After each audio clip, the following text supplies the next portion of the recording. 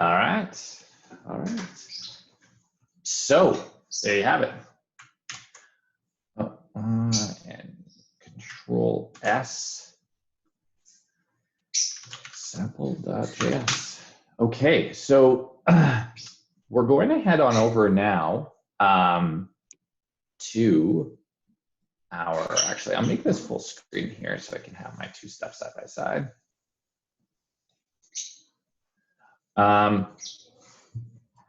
So we're going to come over here into our sample space, and I'm going to do a little bit of talking. So far, we're really used to working with JavaScript in a very specific manner. And that is in a very linear manner, in a very linear path. Okay. With the exception of the introduction of event listeners, right? Where we can kind of put in classes, where we can kind of put them and use them in different spots, our JavaScript pretty much runs from top to bottom.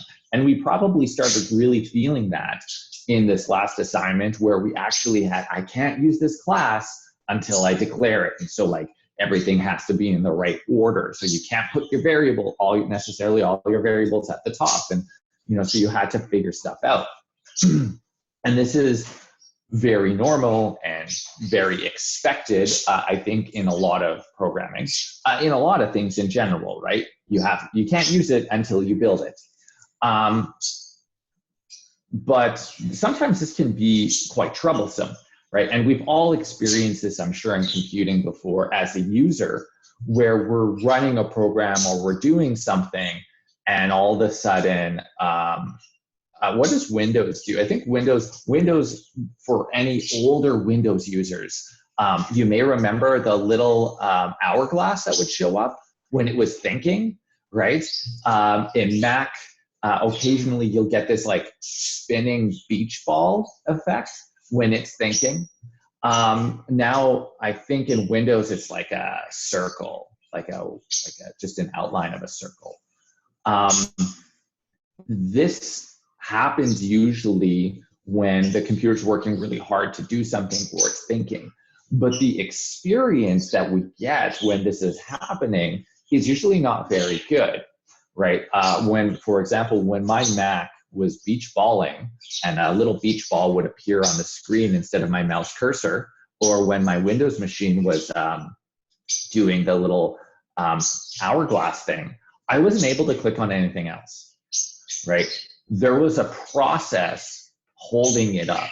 There was something happening in the computer that was essentially saying no more work is allowed to happen until what I'm doing is done, okay? And what this is called blocking, right? We're essentially blocking the next thing from happening. We're blocking any user interaction until what we're trying to figure out has been resolved, okay? And this is fairly common in computing, okay, and fairly common in the world, right? We can't do something else until what we're doing is done, right? It's called blocking, but it's also part of a bigger programming concept called synchronous programming, okay? Synchronous programming. And what synchronous programming means is in order to do B, A needs to complete first. So it goes A, then B, then C, then D, okay? And everything happens in order. Now, the benefit of synchronous programming, I'm gonna actually, stop sharing my screen because I don't need to right now. Yeah, let's close that. Stop sharing. The benefit of synchronous programming is that it's really easy to tell what is going to happen and in what order. Because as you and I know, synchronous programming is very easy. We put line 1, and then we put line 2.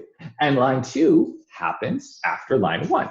We're very used to that, right? And line 1 does its work and it completes, and then line 2 works, and then line 3, and then line 4.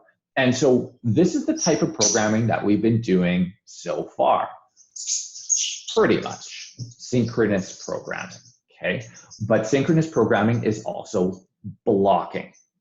What that means is, and I'll show you a really quick example, okay, of blocking code. So I'm going to show my screen again. Okay.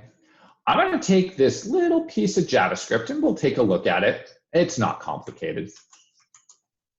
And we'll bring it over to the browser. So a nice big browser window here. Do some mega zoom. Oh yeah, that's based on.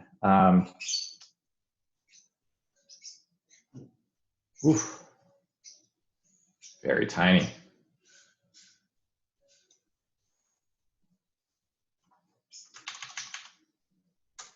Okay.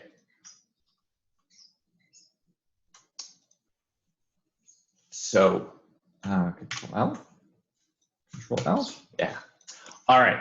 So I'm going to put this piece of code in there, and it says, oh, actually, I have a website link for this. What am I doing here? We'll look at this piece of code together, though.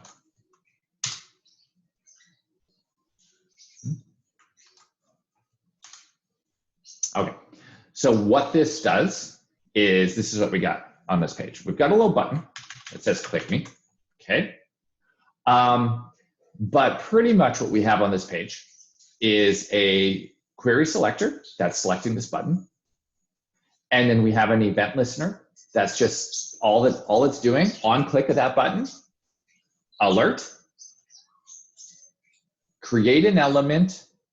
This is then after the button gets clicked, it pops up an alert. Okay. And then creates an element, inserts some text, and appends it to the body of the page. That's it. Okay. So 2 things: alert, create an element, and append it. Okay. Insert new text into the page. That's it. Insert. That's all that's going on. Very simple. So the way that we're used to things happening is, once I click on it, this happens, then this happens, then this happens, then this happens, right? Let's watch what happens. Click.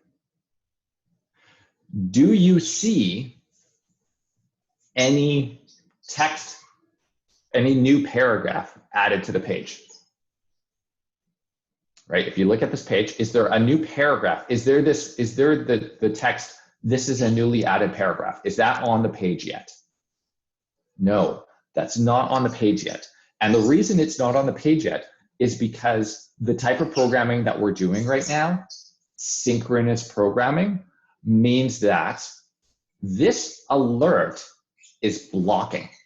This alert will not allow the next little chunk of code to run until it is done running. When is it done running?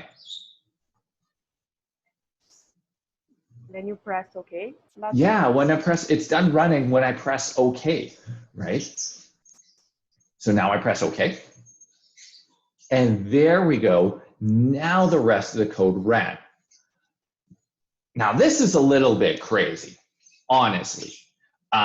It makes it really easy for us as programmers to write code, because it's very easy for us to assume that, okay, well, this code won't run until this code is done. So this line won't run until the line before it is done, and this line won't run until the line before it is done, right? Et cetera, et cetera. Everything goes in order. So we can expect everything. We know what to expect by the time we get to our code, right? But so that's a huge benefit, easy to program. The downfall, the drawback to this though, is that, did I really need to wait for the user to click that before I started doing this other stuff? They're not related in any way. There's got to be a way that I can do this paragraph insertion prior to me doing this alert, or at the same time, right? So that concept of being able to do two things at once, and if we can think about this as like cooking or baking, okay? I'm sure all of you have been in the kitchen at some point in time to boil water, right? And when you're boiling water for your macaroni or your pasta or your tea or coffee, do you stand there and wait for your water to boil and perform no actions in the meantime because you cannot proceed to do something else until your water boils? Now, with respect to your cooking, maybe that is the case. You can't do step 2 until step 1 is complete. But you may often find, and as I do, that while that water is boiling, I'm off cutting vegetables. I'm off doing something else. I do not have to sit there and watch and be completely taken up by that water boiling. Okay, there's a difference there, right? Synchronous, A, then B, then C, then D, versus what I just described in the kitchen example, asynchronous.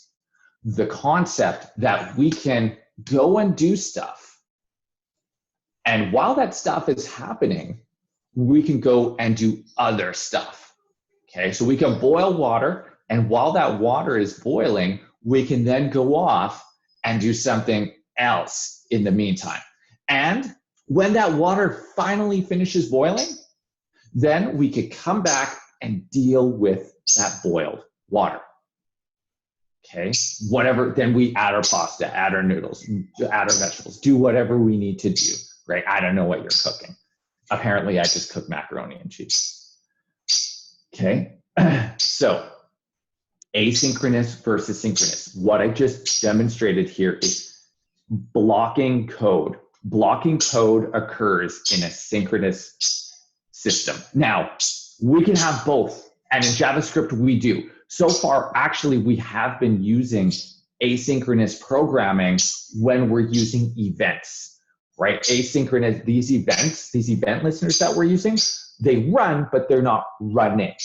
And then when someone clicks on them, then we run a block of code, right? That's actually asynchronous code. So we've been doing it, but we haven't really identified that we've been doing it. Okay, but we're going to really start to be very explicit with our asynchronous code because we're going to have to go and boil that water, right? And go do other things in the meantime. And we have to know what our limitations are in terms of what we can do. For example, in the kitchen, if you're boiling that water, you know that you cannot use the water until it's boiled. So there's a limitation, a physical limitation, right? I can't continue to cook my noodles until that water's boiled. So I can't do this. I can't use that water, but I can do all this other stuff. I can chop vegetables, I can wipe the counter, I can do all sorts of other things. Okay, so I know what my limitations are with respect to what I can do. And it's going to be the same thing in code, right? If we're taking a lot of time doing something, we have to know that we can't work on that piece of code until that process is done, but we can go do all these other things, okay? And we're going to learn different strategies for dealing with that. And we already do, right? We're already doing that in our event listeners. So we're going to continue to look at a couple of examples of how in real life this affects us. Just with a new little piece of JavaScript that you haven't seen yet, but it's pretty cool. Okay, and we're gonna see how that affects us right now outside of event listeners, and we're going to write our own today. Write our own asynchronous JavaScript. Any questions so far?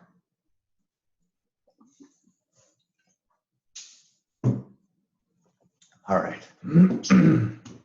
So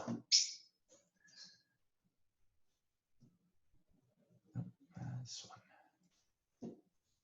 Okay. Asynchronous JavaScript. Okay, now, for example, one of the examples that I liked that was illustrated here is take this fake code, not real code, okay? Don't worry about what fetch does, okay? And don't worry about what blob does. Let's call it fetch image. And let's call it image.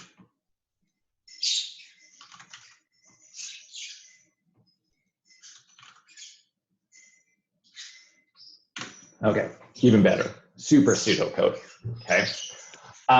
Let's pretend that in JavaScript, there was a function called fetch image, okay?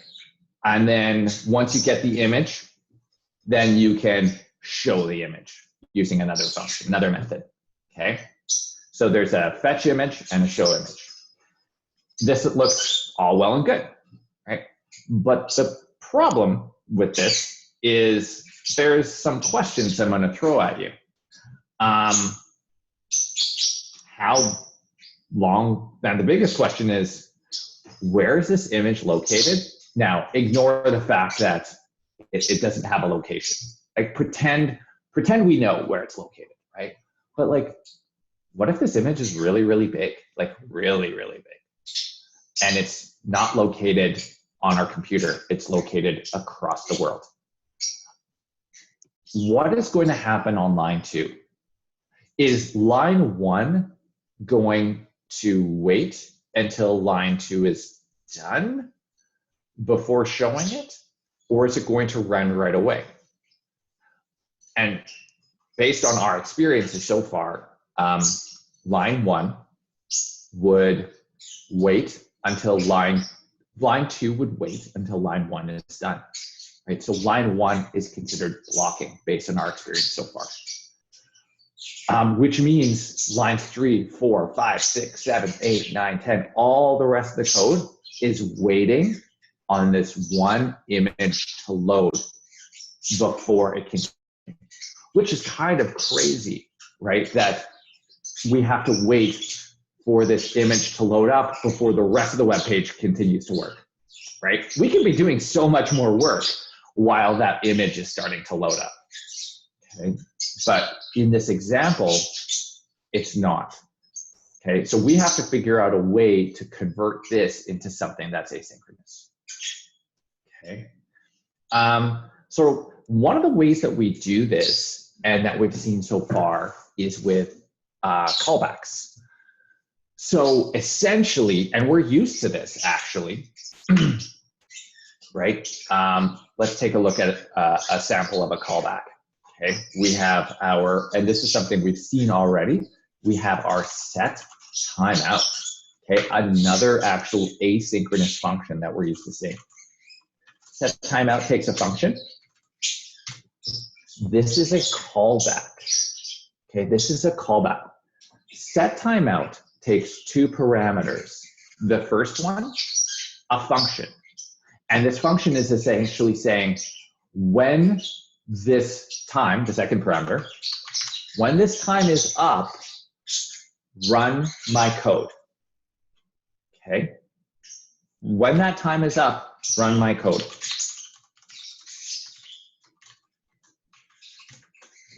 When the time is up, run my code. Now,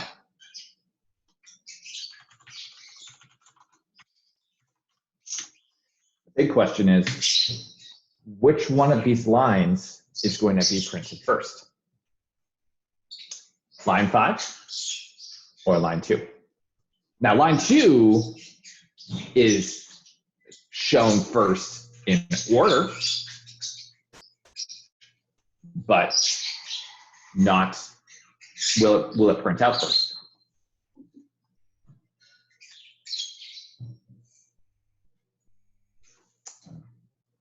Why don't we go find out?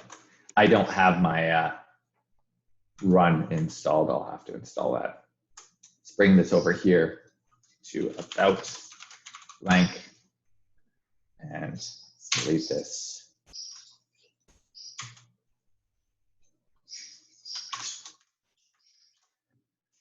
So we've got our set timeout function that will print console log hi, and then right after it'll print hey. But based on our experience, at least I would hope that you're kind of guessing that hey is printed out first and then hi. Okay, so set timeout is an asynchronous function. Okay, it's asynchronous, which means it doesn't stop the code for a specified amount of time. It doesn't stop the code from running, right? The code keeps running, and then it comes back and does the work. Okay, so how do we handle it? This set timeout is a very old function. It's been around for a long time. In general, how do we handle it? We handle it using something called callbacks. Okay, so callbacks. This is a callback. This is a callback. This is essentially saying, when you're ready, when you're done doing the thing that takes time, right? When you're done doing that thing that takes time, here is the code that you should run. Okay, that is how we handle. That is an old way. We're going to learn about some new ways, but that is an old way and a common way to handle asynchronous programming. Okay, through callbacks. I don't know how long it's going to take. We do know how long it's going to take because we decided on this 500. But in all honesty, that is not super accurate. Clocks on different computers run at different speeds. So this set timeout at 500 milliseconds, maybe not the most accurate. Okay, so but what we're saying is keep running the rest of your code. You don't have to pause and come back. We're just going to, when you're done, we're just going to run this block of code that you asked us to. And that's in general how we handle these asynchronous pieces of work.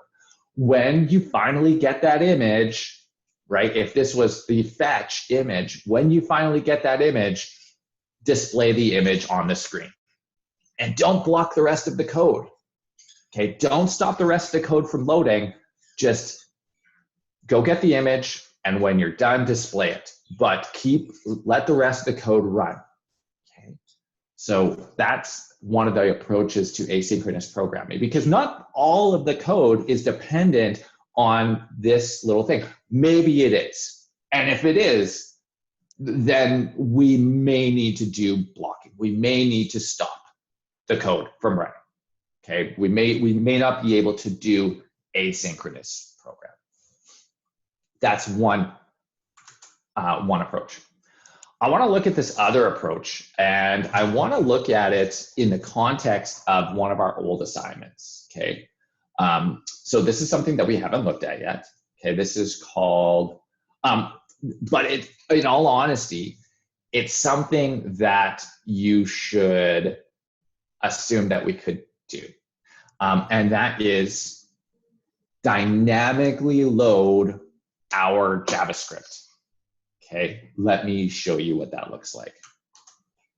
Okay, so I'm going to take this function, and I'm actually going to open, I don't have it open.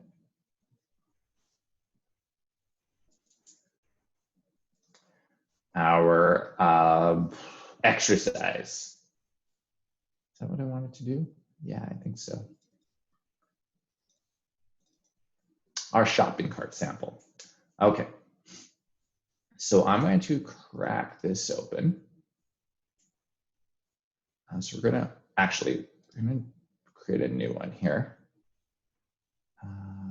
Okay.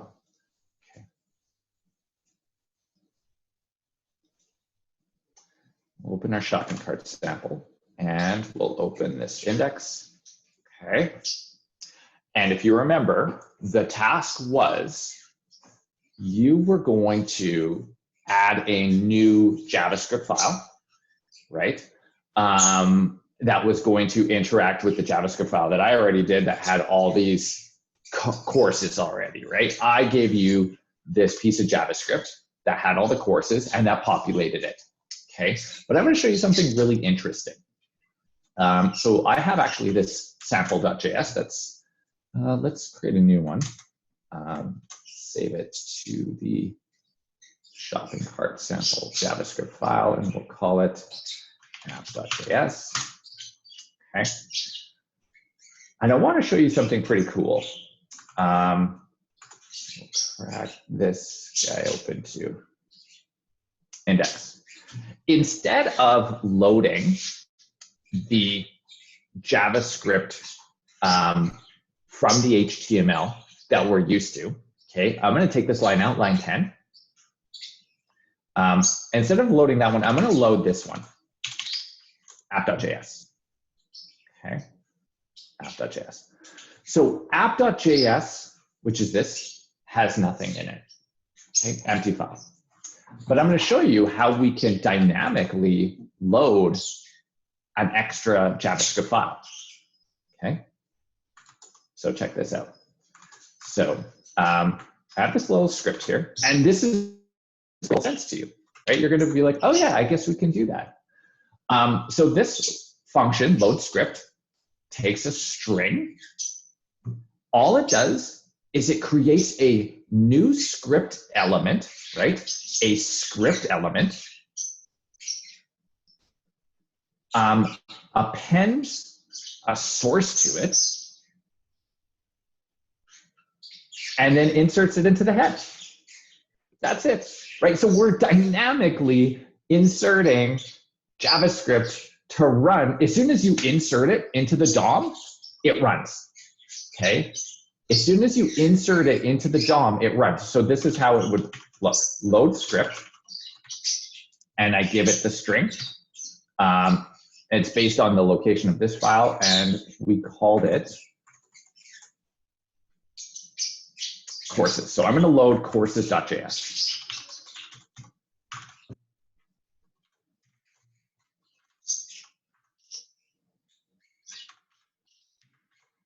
Okay, load script courses.js. And I'm going to refresh this page. So remember, if I didn't do this,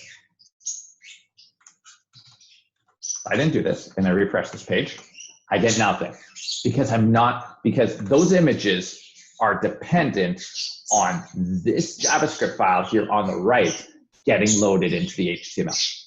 And it's not getting loaded because I took it out of the HTML. I'm not loading that anymore. I'm loading this other one, app, okay? But this one is going to load the other one for me, okay? And this is not the main focus of what we're learning today. I want to show you something. Yeah, of course, I get an error. File not found, app.js. Where is this located? It's located there. Is it courses.js? Got to look at it from the index perspective. Okay. So because this is being loaded in the index file, where is the index file located? It's located one directory above. Again, not a big deal. Okay, so we come and take a look at that.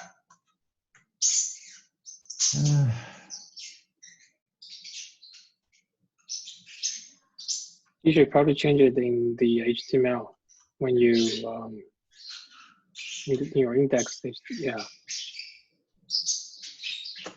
This one's fine.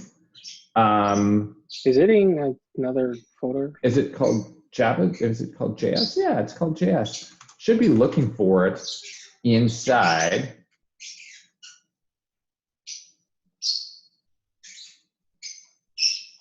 Here, let's try that again. It should be appending this to the head, load script. Yeah. Take this defer off and see if that makes a difference.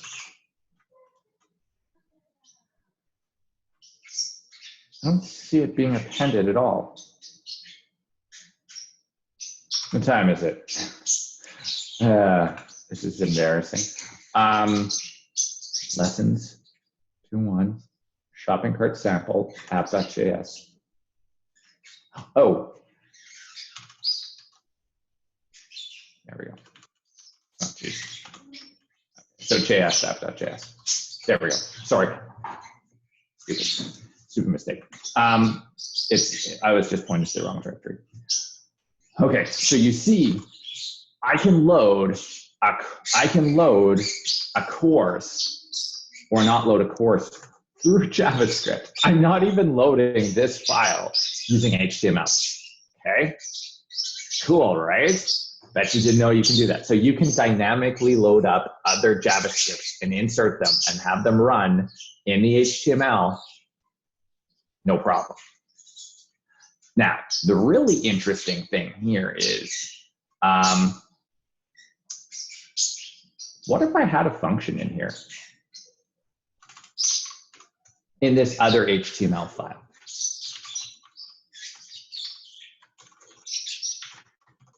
Just a function sitting out there, right? Or a variable, could have been a variable, console log. There. And over here in this app, I'm going to access it. Okay, app has already been loaded. This has already been loaded. Okay, but I'm going to wait until I load this other JavaScript file to try to access that.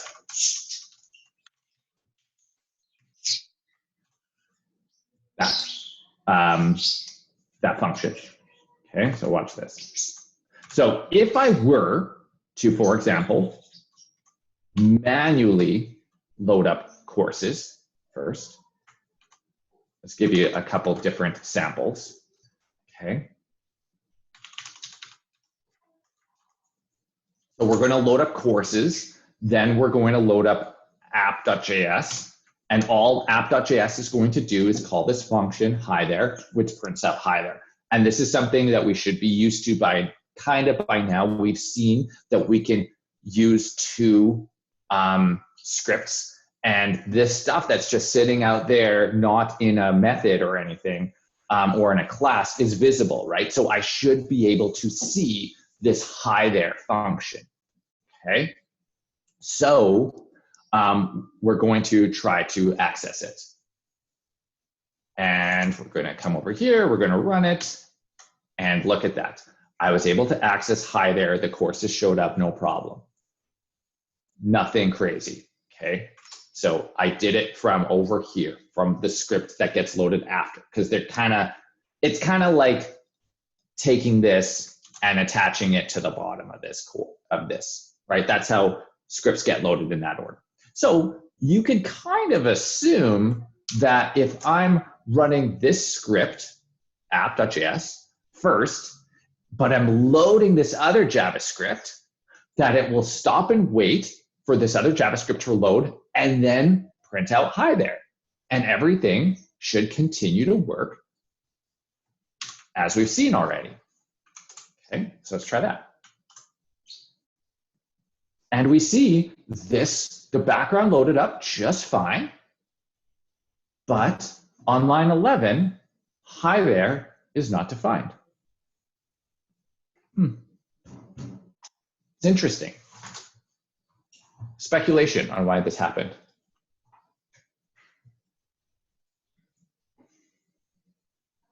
Who wants to take a guess on why this would have happened, considering what we just talked about?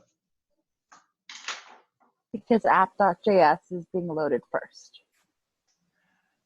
True, app.js is being loaded first, but look, on line 9, I'm loading up the other script.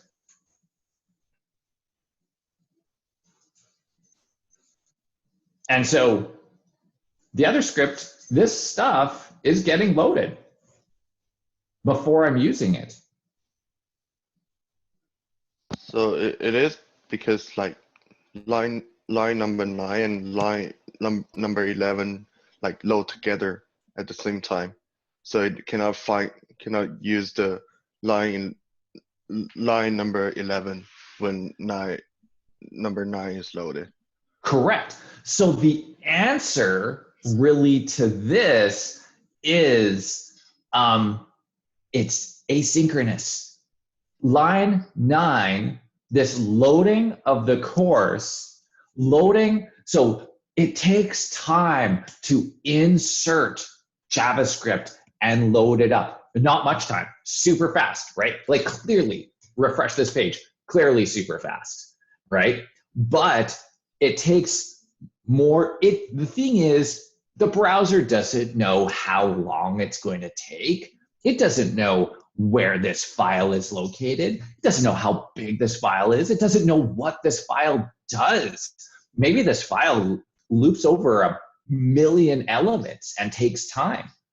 So this append and load script happens immediately, but it's also saying, but don't wait for, so it's inserting it into the DOM, but we just keep going. We're not actually waiting for that script to load before the next line happens. It's asynchronous. So I can't use anything in that script until it has been loaded. And that could be a problem. As our programs start to get bigger, right, we start to do a lot more crazy stuff. And one of the things that we do is we actually split our code into multiple files. Just like we split our code into functions to make it easier to understand, we actually split our code into multiple files to make it easier to understand, into logical blocks of code, okay? And so this concept of having to load something and then wait until that's loaded so we can start using it is not uncommon and a very common asynchronous task. How can we do something? How can we do this? How can we change this so that way we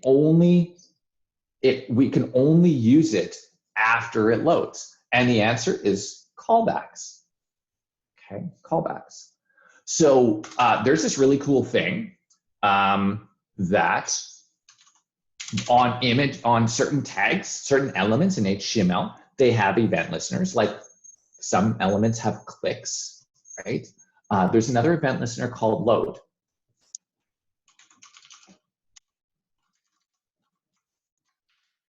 I actually used this, or oh never mind. I used onload.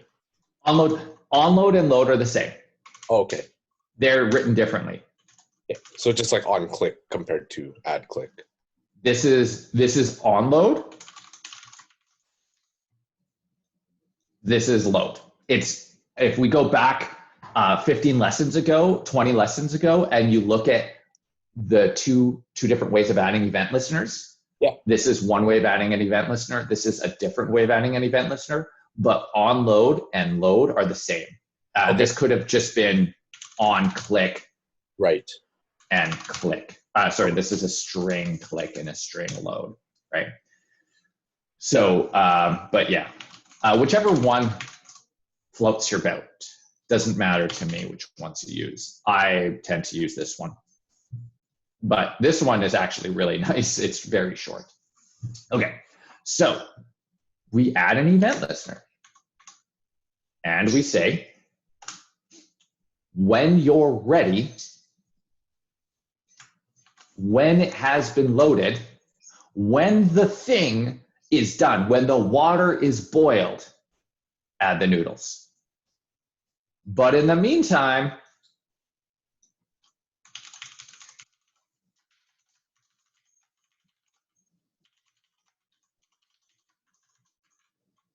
keep doing other stuff. Okay, so what we're doing here is we are saying, I know you don't know when you're going to finish, and the stuff that is important that relies on that piece of code, that block of code finishing, in other words, that script, the little thing, line 9, is relying on that other script to finish loading. So I'm going to put it in a callback. And I'm saying, when you're done loading, tell me, and then I'll run. okay? But don't stop running the rest of the code that doesn't depend on it. So line 15 will run immediately because line 15 doesn't care whether or not this other piece of JavaScript loaded. You could be doing all sorts of other stuff. You could be assigning variables. You could be looping. You could be drawing other parts of the screen. You can be who knows what. You can be adding event listeners, right? Your code can be running and doing stuff because all this code relies on is this piece. Okay, so let's try. I should probably save my code.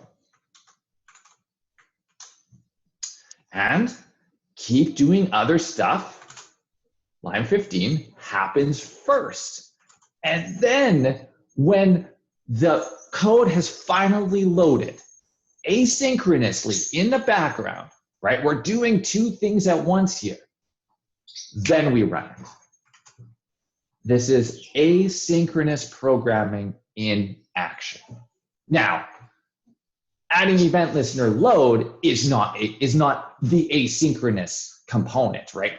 Asynchronous programming is a concept that, hey, I can have my water boil and I can go do stuff at the same time. Now, the way this is implemented is through a callback, and that's one of the ways that we do it. Okay? Now, I'm gonna extend this and we're gonna get a little bit crazy so you can see actually how this works. So we have our function, hi there, here, but I'm gonna split, not uncommon for us to split this up into multiple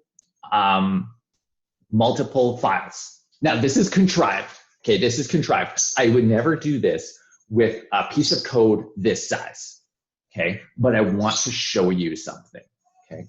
Any questions so far on asynchronous programming and this concept that I'm going over? Any questions on the piece of code that I demonstrated? Because I'm going to take it further. So if you don't understand something now on the code that I demonstrated, it's very likely you will get lost. All right, hey, we're going. Okay, so I'm going to split courses up even further, and I am going to use this concept to put it back together in the right order. This is contrived. You would never do this, but this is just to prove a couple things, okay? So we're gonna split this up and we're gonna put it back together in order, okay? So I'm gonna get rid of my hi there. That was just for demonstration purposes. And instead of hi there, what we're going to do is we're going to create a new file. We're going to call it different parts. Okay, part 1.js. Okay, so I've got part 1.js, and I'm going to put this little piece into part 1.js course. Okay, and we're going to create a new file, and we're going to call it part 2.js. And we're going to take this part here, and we're going to put that in part 2.js. Take that out. And what do we got here? We'll do part 3 and part 4. 3.js. Take this piece here, put that in part 3. And take that out. And finally, part 4 will just be this one, which we can rename. We'll just make a new one.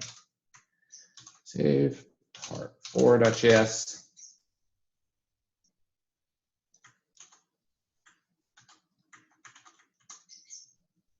All right. Yeah, save. Go ahead. Okay. So I split it up into 4 parts. Now, obviously, putting them back together in the right order or load, or I'm not actually putting them together. What I'm really doing, right, what I would really be doing is doing this. Part 1,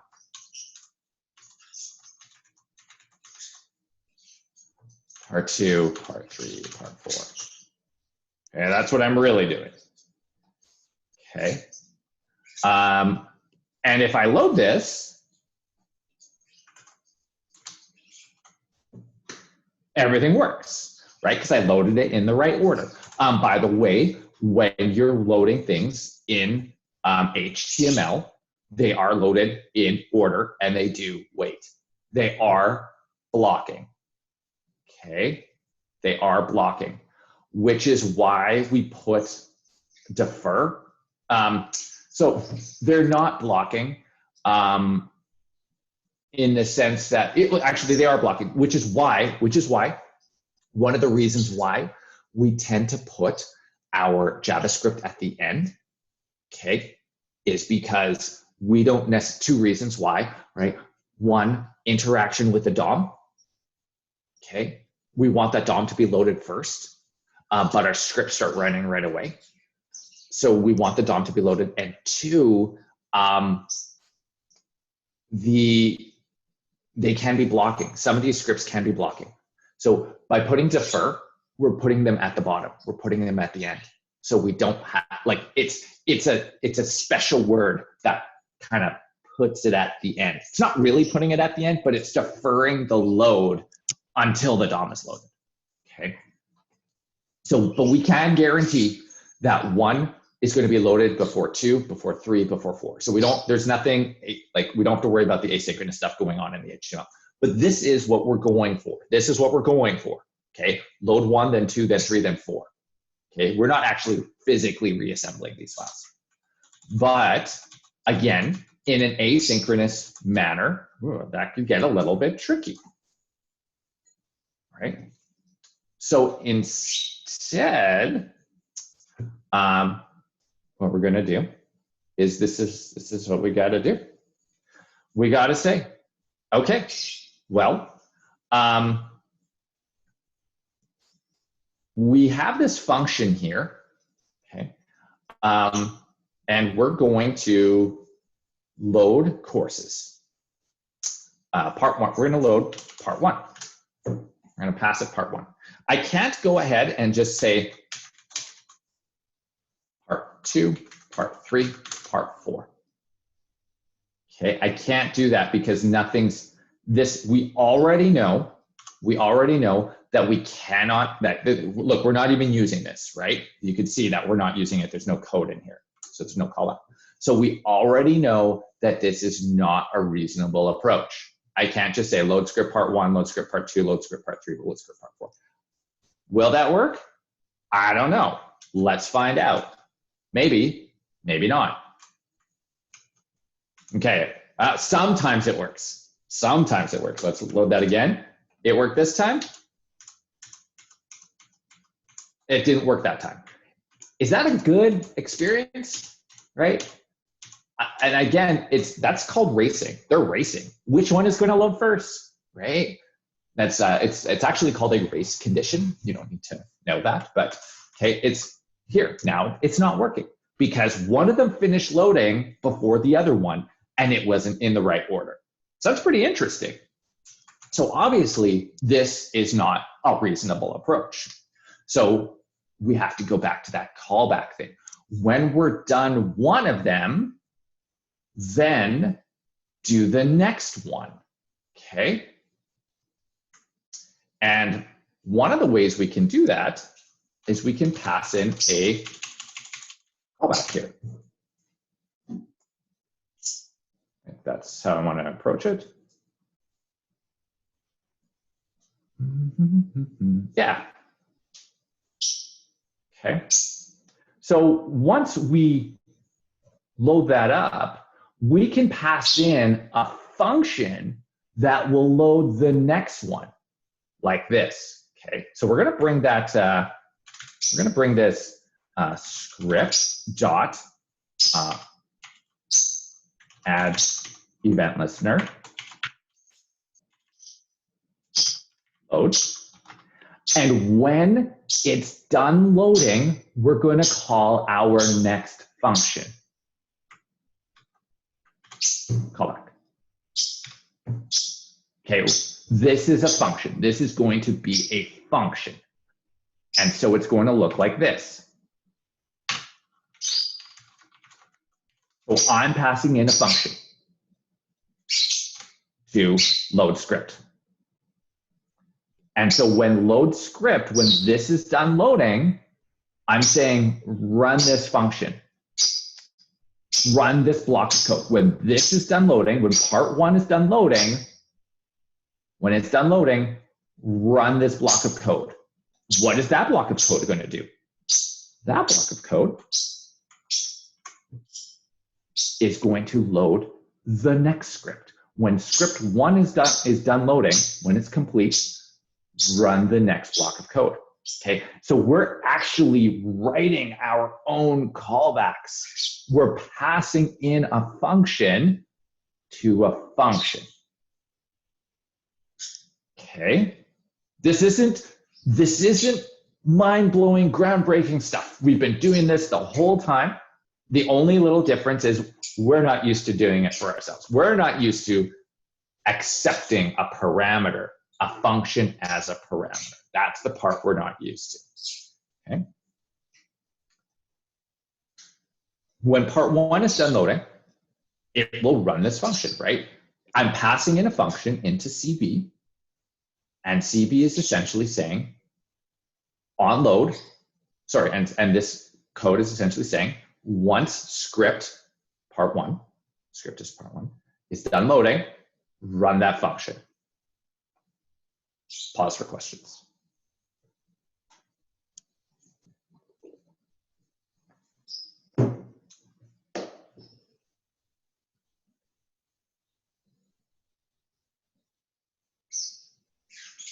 Okay, we keep going.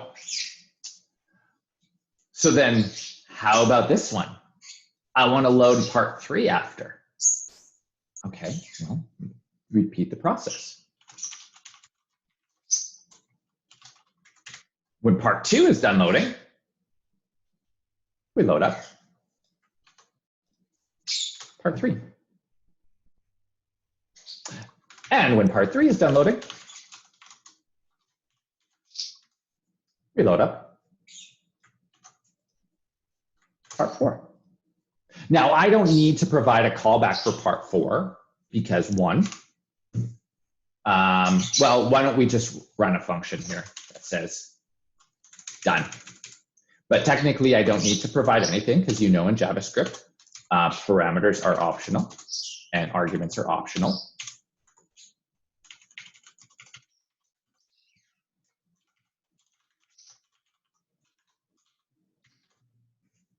So what we're essentially saying is load part one. When part one's done, load part two. When part two's done, load part three. When part three's done, load part four. When part four is done, all done. All in order. Now, I can do other stuff, right? I can also say,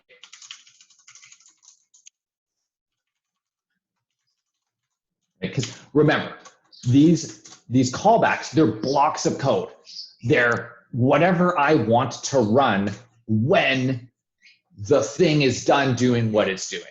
That's what's happening. When the thing is done doing what it's doing, i.e. when that function is loaded, run my custom block of code.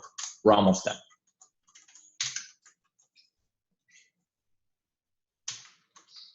And actually, these are done. It really means done loading part four, done loading part one. So let's run this and see how it works. We added callbacks as a way to handle these asynchronous events. And so we're essentially saying, don't do this until this is done. Don't do that until that is done. Don't do that until that is done. But at the same time, other stuff can still run. None of this stops any of the rest of my code from running. All the stuff that is dependent on each other, all of this stuff is saying, Don't run until this is done. Don't run until it's all tied together, right? So it's all kind of tucked away in its own little space. And then the rest of the stuff can just go ahead and run. Okay, let's refresh this page. Other stuff can still run. That's running first, okay? So line 25 was the first thing to run. Cool, right? And so while our other code is running, part 1, part 2, part 3, part 4, all done. And I can reload this 1,000,000 times and I won't get an error because I've managed to say step 1, then step 2, then step 3, then step 4, but at the same time, you can go do other stuff. Asynchronous program. Now, this thing, line 11 to line 23. It's not very nice, right? It's not very nice looking. And actually, it can get worse. You put in some if statements in there, you put a couple more callbacks. This, if you look online and type in the word Pyramid of Doom, okay, there is an actual name for it. It's called the Pyramid of Doom. Looks like this. Okay. Do they have a, yeah. Because it makes a sideways pyramid. Okay. Pyramid of Doom. This is not JavaScript, by the way. This is Swift, I think. This is Swift. Swift is actually interesting. Looks a lot like JavaScript. It has lets, right?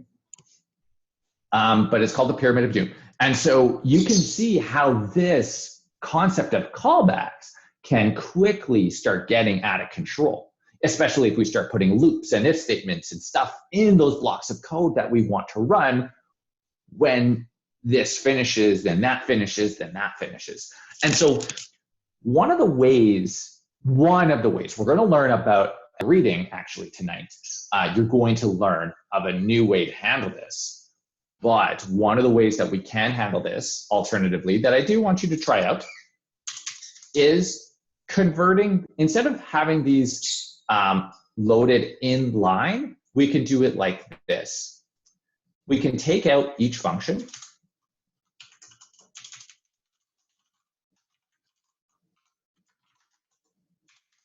And we can say this. What does part 4 do? Part 4 does this stuff. What does part 3 do? So we're actually creating individual functions.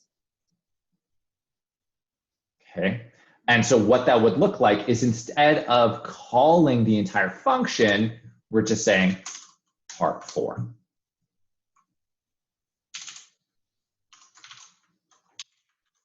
Okay, because part 4 is a function. So we're creating a separate function for it. Okay, and this could be a script where you just pass in. No, that's fine. Okay, part 3, what does part 3 do? Part 3 loads this.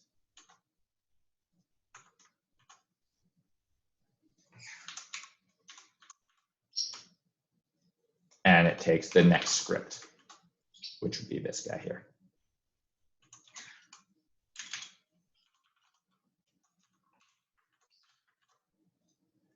Okay, I think that's how it goes. And then we reduce this. So essentially it ends up being load script.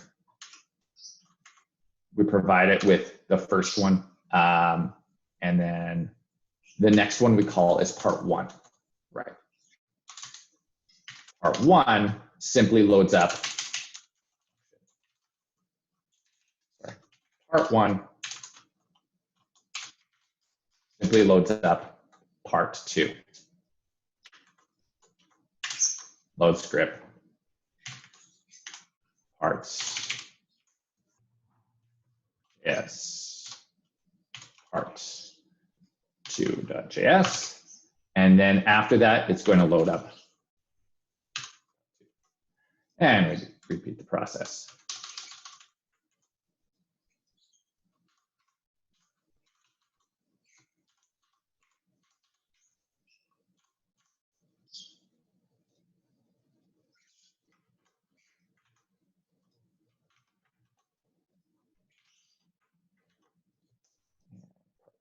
I guess part 3 would be the last one.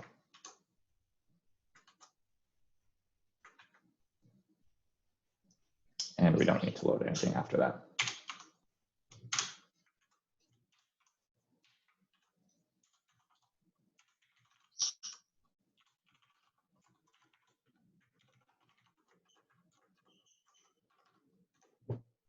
Okay, so we've moved this from a pyramid of doom,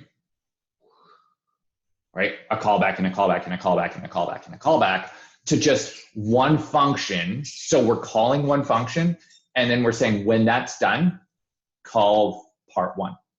And part 1 runs, and then it's saying, well, okay, when I'm done, call part 2, okay? And it does the same thing. Same kind of concept, but it's split up instead of all being in line. This eliminates that pyramid of doom effect, okay? A little bit weirder, but at the same time, it makes sense, right? It's just this function calls that function, that calls that function, that calls that function, that calls that function. And they all wait on each other because of this little piece, okay? So if I run this, now watch what happens.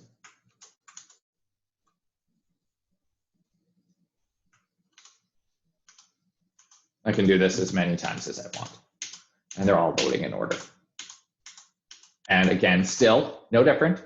Line 26 is running first. And that is Introduction to Asynchronous JavaScript Programming. And managing that with callbacks. Using that, we've encountered a little problem of inline callbacks and the creation of something called the Pyramid of Doom, and cleaning that up by going into individual functions. Okay. Don't need to handle errors, Pyramid of Doom. So we've removed the nested calls and we've made them into separate top level functions. It doesn't look very good. It's not easy to read. It's not simple. And the question is, here's your intro. There's got to be a better way. And the answer to that is promises. And we are going to learn about promises tomorrow, or in your reading tonight, or both. So that's all I got for you today in this class. Yes, so that's it. Questions, promises. They're called promises. Okay. Tonight, all I'm going to ask you to do is do the same thing. So you have this video on how I did it, okay? The questions that I will be asking you are going to be shorter because I've got 2 classes to deal with, right? So this afternoon, you will get more lab time after this afternoon's lecture. However, it may not be, you won't use it all for this afternoon's lecture. This afternoon's stuff is going to bleed over into today's. So you're going to see, I'm going to be getting you to, you're going to see how it works, okay? But the amount of time, you don't have only until lunch to do this, and then we're moving in, and then I'm going to give you more stuff, okay? You still have the same amount of time to do your labs every day. And this particular course is going to eat up most of that time. You're going to use some of that time for the other course. This particular course is going to use most of that time. Okay, but you'll see how it works. Any questions on this? I have one problem. Sure.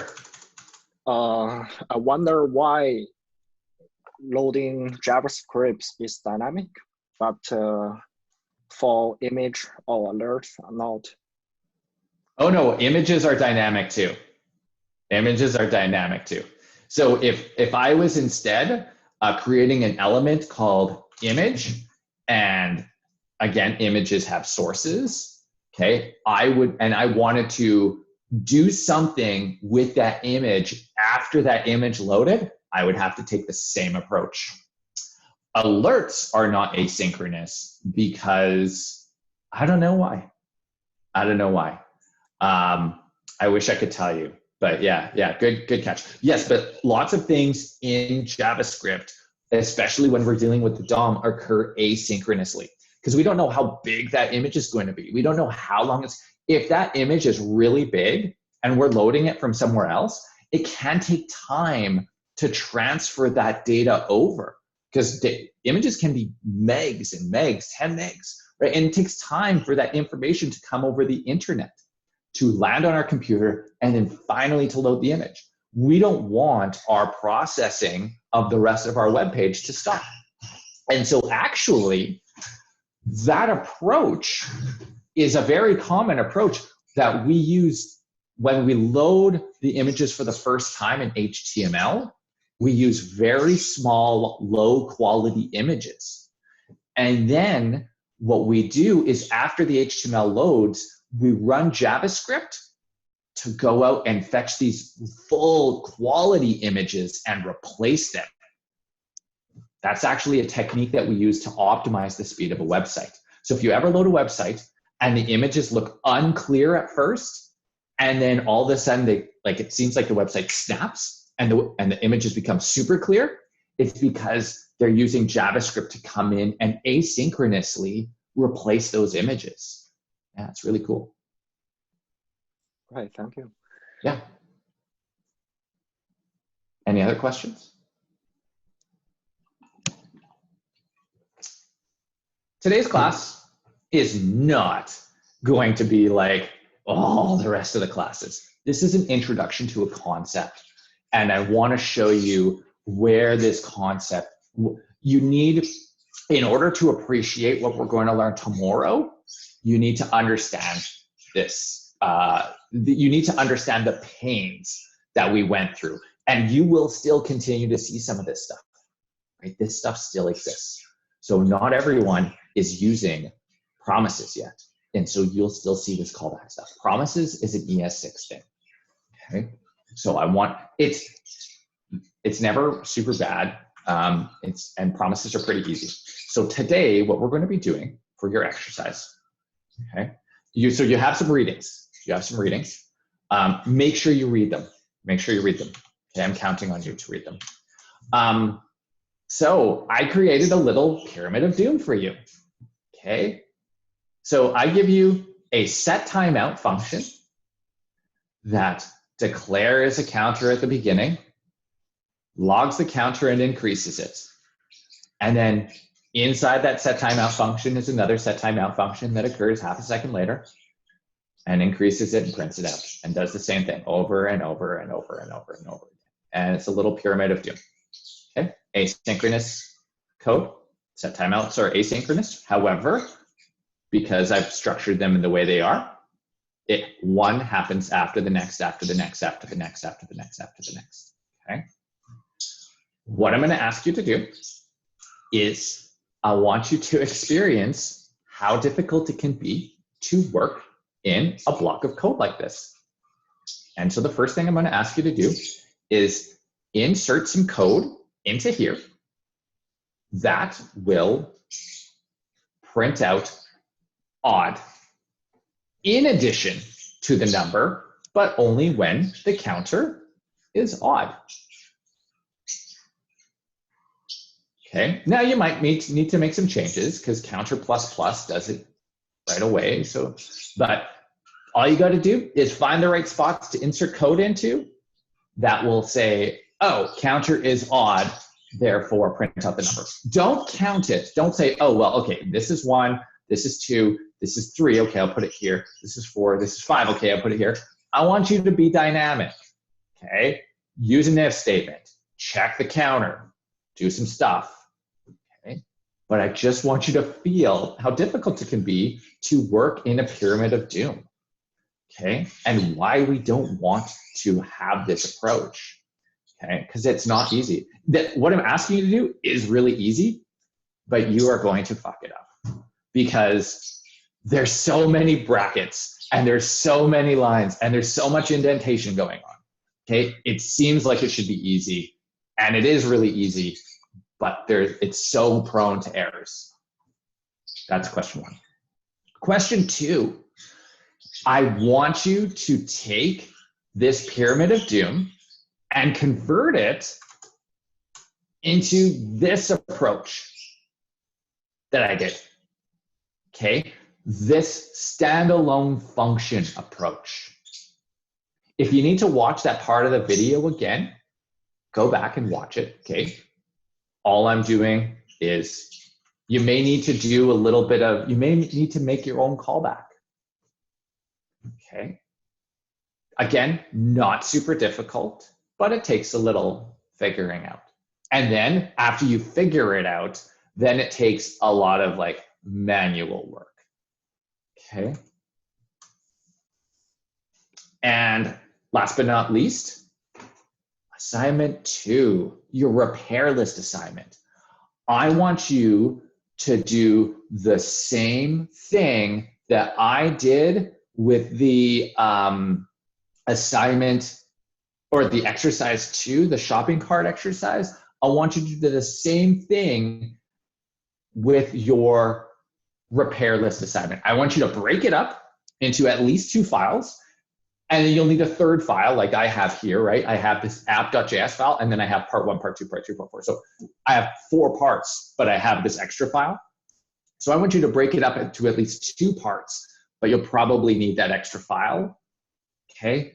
And just do the same process, but do it in a pyramid of doom style. Again, if you need the code, just here it is.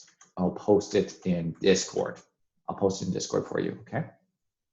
Actually, I'll just post it in this assignment.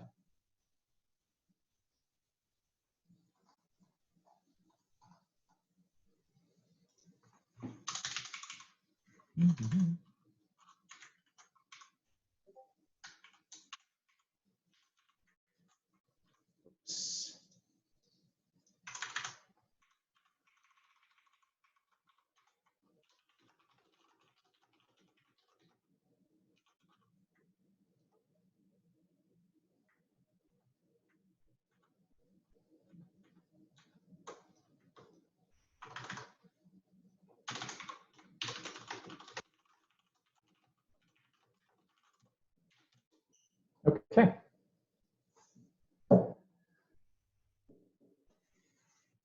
And that's it. And reading. Okay. So again, today was a little bit longer, had a little bit of extra stuff to go through, but generally, these will be shorter lectures, right? The amount of questions I'm going to be asking you are less because I want to be able to lecture and solve yesterday's exercise in about an hour and 15 minutes. Okay, I started late today and I had the thing to go over this morning, but other than that, they're typically going to be shorter. All right, so I'm going to let you go now. Go on break, go for lunch, do whatever. Come back at 12:30. So 12:30 will be our next lecture. Okay? And pretty much every day, 8:45, 12:30. So when we come back from lunch, we'll be doing our afternoon lecture, and we'll be looking at a new class. Again, I'll be online. Feel free to ask me questions the whole day. I will be offline for 2 hours today, 2 hours tomorrow, and 2 hours on Wednesday.